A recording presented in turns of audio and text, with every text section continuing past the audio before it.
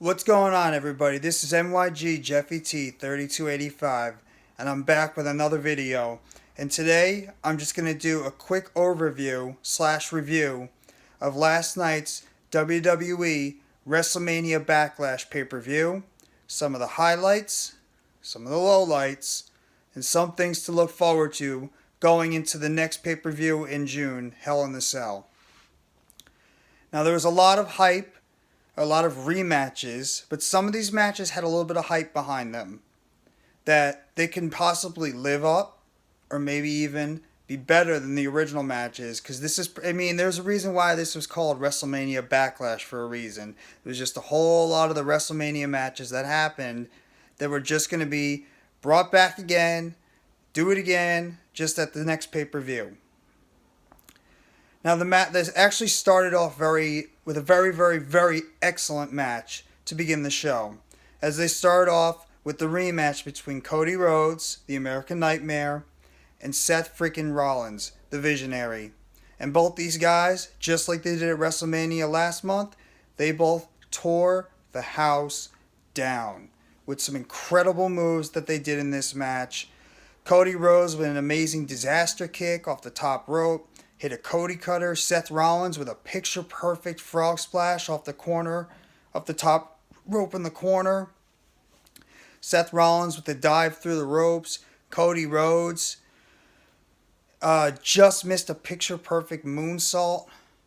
He tried to go for the crossroads, counter after counter after counter. Pedigree. Cody Rhodes even wanted to unleash the pedigree on Seth Rollins. Triple H's move that was pretty much taught to Seth Rollins. Cody Rhodes almost found a way to pull it off, but Seth Rollins was able to reverse it and be able to hit his pedigree later on, but Cody Rhodes managed to kick out. And there was also a very close near fall in this match where Cody Rhodes hit the crossroads just about towards the middle of the match, but Seth Rollins wisely rolled over towards the ropes, and he was able to put his leg on the ropes in order to get the pin. And this match had a lot of good back and forth. Seth Rollins even pulled out the old dusty punches on Cody Rhodes, which was pretty nice little added little element added to the match. But then the match actually got towards the end of it with Cody Rhodes lifting up Seth Rollins, looking like he was going to hit a vertebraker. Rollins reversed it, tried to go for the stomp. Cody Rhodes caught him, and he actually rolled him up and got a roll-up victory on a pin against Seth Rollins. And Cody Rhodes has now defeated Seth Rollins, not just with 3 crossroads at WrestleMania, but now he's pinned him in a roll-up. So that's 2 matches that Cody Rhodes has defeated Seth Rollins. Awesome match. Great chemistry these two have. Good storytelling throughout the entire match. And now the question is, does Cody Rhodes, he hinted in a backstage interview that he looks like he wants to go for the gold now. But is Cody Rhodes actually going to go for the gold, or does Seth Rollins have other ideas? And I really believe that this feud is not over yet. Seth Rollins is going to want another match against Cody because of the way he won it. And I have a feeling that this is going to be going towards a Hell in the Cell match next month in June. After that, we had Bobby Lashley against Omos. And I mean, if you're just like me, there's really nothing about this that just gets too intriguing. I mean, there's really nothing about this match or this feud that really gets pumped up or anything. Nothing to get you too excited. It's 2 big guys just pretty much beating the hell out of each other. And while Lashley has had probably the best run of his WWE career in the past couple of years, he's sort of hit a lull since he's come back from injury. And I guess the only way is he's trying to put Omos into the next level. And obviously having MVP team up with Omos really helps him out. He doesn't have to speak as much because he's a little rough around the rim in terms of his speaking on the mic. But these two actually had a decent match. Not like a barn burner or anything. Not like a match where everybody's going to go run back and, be like, oh, I can't wait to see this match again. No, it was a decent match. I mean, some impressive moments where Bobby Lashley was able to get the hurt lock on Omos, but eventually Omos got Bobby Lashley into the corner. MVP, being on the outside, hit Bobby Lashley in the head with his cane, and then Omos was able to get the double choke slam and get the win. So Omos gets the win with a little bit of help from MVP. We don't know if this match is going to happen again. I wouldn't be shocked if it does at Hell in a Cell in some type of little capacity. So Omos gets the win. For him, it's a big deal because it's his first big win as a solo act. So, I mean, at least pedestals him being able to beat a Bobby Lashley, who was a former WWE champion. So it does help him out in that regards. Then we moved on to probably one of my most exciting matches that I was looking forward to in this pay-per-view, and that was AJ Styles versus Edge. With these two guys having their feud going on, I thought it's been the best thing that's been going on Raw so far. Not besides Kevin Owens and Ezekiel. I've really enjoyed the work that these guys have put on. Edge has hit a new level with his new Brood-like character, his new dark, evil character, and obviously the name of the group called Justice Day, or Judgment Day. Judgment Day with Damian Priest. These guys had another hell of a great match. They had another awesome match tonight. AJ Styles coming out with the tape on his shoulder, pretty much selling the injury every time Edge made a move on it, give him a hit. AJ was pretty much dominating the beginning of the match. And then Edge made a couple of big comebacks towards the middle of the match, hit execution, a couple of sleeper holds, a couple of little moves on AJ, kept targeting that shoulder. AJ kept selling it, which was good throughout the entire match. But this really was defined towards the end of the match. When Damian Priest came out, obviously he was banned from ringside, so he just stood there, tried to distract AJ, but then Finn Balor came from behind, started beating the hell out of Damian Priest, and then the two of them went over the barricades, and then all of a sudden there was a mysterious figure in a black outfit and a black mask sitting on the side. AJ Styles was about to go to the top rope to perform his phenomenal forearm, where the mysterious figure tugged on AJ, tripped him on the ropes. Edge was able to grab him in the ring and put on a sleeper hold, and eventually AJ lost consciousness, and he was counted out on a 3 count because he couldn't answer the 3 count. So Edge was able to pick up the win, doing a nefarious acts on the outside because of this mysterious person who ended up being the third member of Judgment Day, and that's Rhea Ripley. Rhea Ripley has now been named the third member, joining Damian Priest and Edge in the new Judgment Day faction, which I think is very good for her because she needed some type of this direction that's going to fit her character perfectly. And I think being under the mentorship of Edge and being alongside of Damian Priest, it's only going to make her and this entire group that much stronger. So kudos to WWE for getting this done. Edge gets the win. This is definitely heading towards a Hell in a Cell match in June. There's no way in hell this is not going to happen. Maybe we even have some type of collaboration where you have Edge and Damian Priest taking on Finn Balor and AJ Styles. It's definitely possible they go this route. Maybe you have Liv Morgan thrown in this in here. You could have some type of 6-person match going on with Liv Morgan, AJ, and Finn against Judgment Day. Then after that, we went into Madcap Moss and Baron Corbin.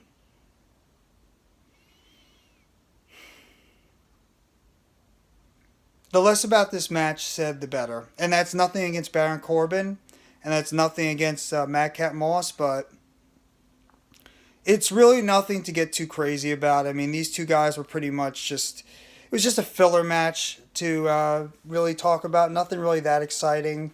So that was really what this match was, just to be a filler match, just to try to get Madcap Moss over. That Baron Corbin's one job was to try to get Madcap Moss over and make him look good, which he ended up doing that. And Madcap Moss ended up getting the roll-up victory in the end. So a good victory by Madcap. Baron Corbin looks defeated, but the job was done to try to make Madcap look good. And Baron Corbin did his job. So the less said about this match, the better. It wasn't terrible, but it could have been a lot more noteworthy going forward. Then you had Ronda Rousey versus Charlotte Flair. And this match, the build has been not that good.